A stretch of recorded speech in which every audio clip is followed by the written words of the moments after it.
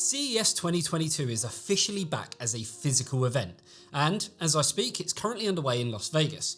You may, however, notice that rather than me being at the show, which is usually one of the highlights of the eTeknix calendar, I'm sat here instead, talking to you. In all honesty though, I'm not a massive fan of Las Vegas and reserve my happiness for Computex and Taipei. Also, with us not physically being there, we're certainly not alone. Given continued health concerns around the world and many major companies choosing not to be, let's say, physically present, it wasn't entirely surprising to see that AMD, Nvidia and Intel ultimately decided that rather than hosting a live keynote address physically at CES 2022, they would instead broadcast a presumably pre-recorded showcase. So with all three actually going live yesterday evening, what do we think about the announcements? Well, for some, it was definitely a big hit. For some. For others though, Nvidia, Intel, well, frankly, it was a huge disappointment. Why, you ask? Let me tell you. Let's do this. Hey kid, how you doing? What the hell is that noise? What noise? Is that your computer? Oh, that noise. I've kind of got used to it now. That's my stock cooler. Sounds like you need the MSI Core Liquid S360 with its 2.4-inch IPS display, latest eTeknix 7th generation pump, LGA 1700 support, and MEG Silent Gale P12 fans. You can't hear it coming. Sorry, what? Can't hear you over this stock cooler. Click the link in the description below and get one today. Sounds like you need it. Get it? So it seems appropriate to start with AMD, as they were the first to get their CES 2022, and yes, still feels weird saying that, broadcast online.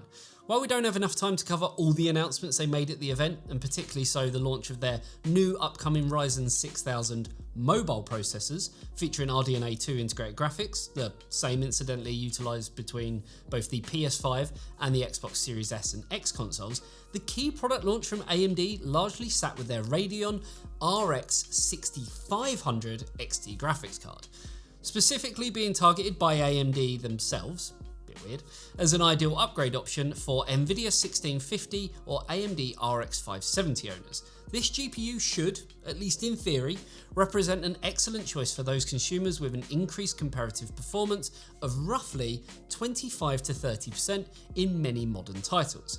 Yes, we finally have a new entry-level graphics card, and with a price tag of $199, presuming that it actually hits this market for that figure, a very solid budget-focused proposition, an excellent gateway into the exciting world of ray tracing graphics. The only moderate surprise was the lack of any Radeon RX 6400 announcement.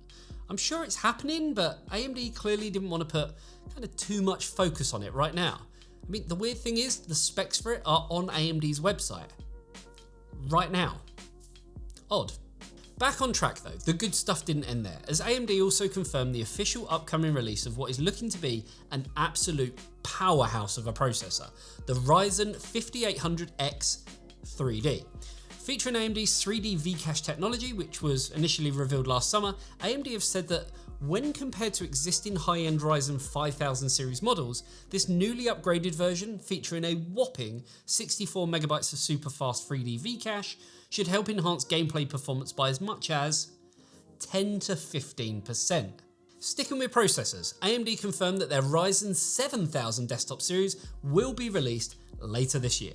Transitioning to a new AM5 socket design, LGA 1718, the only real bad news is that owners of existing motherboards, which have retained the AM4 socket since Ryzen made its debut back in 2017, will finally need to make an upgrade. Yes, unfortunately, in that regard, the good times of Ryzen's highly generous backwards motherboard compatibility are frankly coming to an end. Still, I mean, at least AMD tends to stick with their platforms longer than another company who, don't worry, we will be discussing later on in this video. But given that this should see the AMD desktop debut of DDR5 memory and the latest PCI Express standard, and a very thankful transition to LGA where the pins are actually on the motherboard and not the CPU, I think overall people should be happy and excited about this. I mean, throw in AMD's announcement that around 18 graphics cards should be released this year, including the Radeon RX 6000 mobile series. AMD at CES 2022, well, they get a big thumbs up from us. So moving on to Nvidia, who immediately followed AMD's keynote. What did we see from them? Well, aside from a lot of bloat in their live stream, which is never surprising if we're being brutally honest, graphics cards. Yeah, albeit maybe not entirely what we were all hoping for. So Nvidia confirmed the launch of the entry-level focused Geforce Rtx 3050. And in terms of its specifications, it sounds pretty good with 2,560 CUDA cores, 8GB of VRAM and an MSRP of $249.99. Albeit between this and the AMD Radeon 6500 XT, the 3050 is far less likely to be anything close to its supposed retail price. Particularly so since the 3050 is coming with 8GB of VRAM, which will be far more useful to, well, crypto miners than the 4GB on the AMD 6500 XT. And yes, we can see crypto miners licking their metaphorical lips at the Nvidia 3050, and perhaps AMD was ultimately wise in limiting the amount of memory on its 6500 XT to potentially avoid this problem, or particular market demand. In addition to this, Nvidia have also confirmed the launch of their upcoming mobile 3070 Ti and 3080 Ti graphics cards, albeit with the latter expected to cost a minimum of $2,499, $1,500 for the former. For as potent as this GPU will undoubtedly be in a laptop, cheap, it is not. Nvidia also, very briefly, for less than a minute in fact, gave us our first official look at the 3090 Ti. Alas, they didn't go into much detail surrounding its specifications or performance beyond the fact that when compared to the original 3090, this will utilise significantly faster 21GB per second memory modules. I mean, let me point out though, that even Nvidia themselves described this new upcoming GPU as a monster GPU. They also said the word Ti about 27 times throughout the whole video too, so let's not get caught up on words. The RTX 3090 Ti, 3080 Ti laptop GPU, 3090 Ti. Ti class of GPUs, 3080 Ti, 3080 Ti laptops, 70 Ti laptops, Ti. With more information to come from them at the end of the month regarding the 3090 Ti, for as completely unachievable as this GPU will be for the vast majority of consumers, you have to admit, it's kind of curious to see how Nvidia managed to make the best even better. The one thing that we didn't see was any mention of the supposed upgraded VRAM revisions of the 3070 all the way through to 3080 Ti graphics cards. I mean, there was nothing, and this was honestly a little disappointing. We're excited about these, and particularly so that the 3070 Ti is going to be upgraded to have 16GB of VRAM. On the whole though, for as much as we could have done without Nvidia rambling on about AI driving technology for the last 10 minutes, this one from us, it gets a pass. I mean, looking at it at face value, Nvidia did exactly what we expected of them to do at CES 2022. They gave us a few very pretty balloons that required a lot of hot air to fill up. And let's leave it at that. Admittedly, things got off to a decent start when Intel discussed, without much detail I might add, the upcoming launch of their new Alder Lake KS processors that effectively seem to represent a kind of more potent upgrade on the original Alder Lake S desktop models released last year. Intel also showcased a brief video showing a yet unknown KS CPU easily handling gaming with a stable 5.2 GHz across all cores, claiming that this new processor series should help them maintain their top dog status for desktop gaming processors.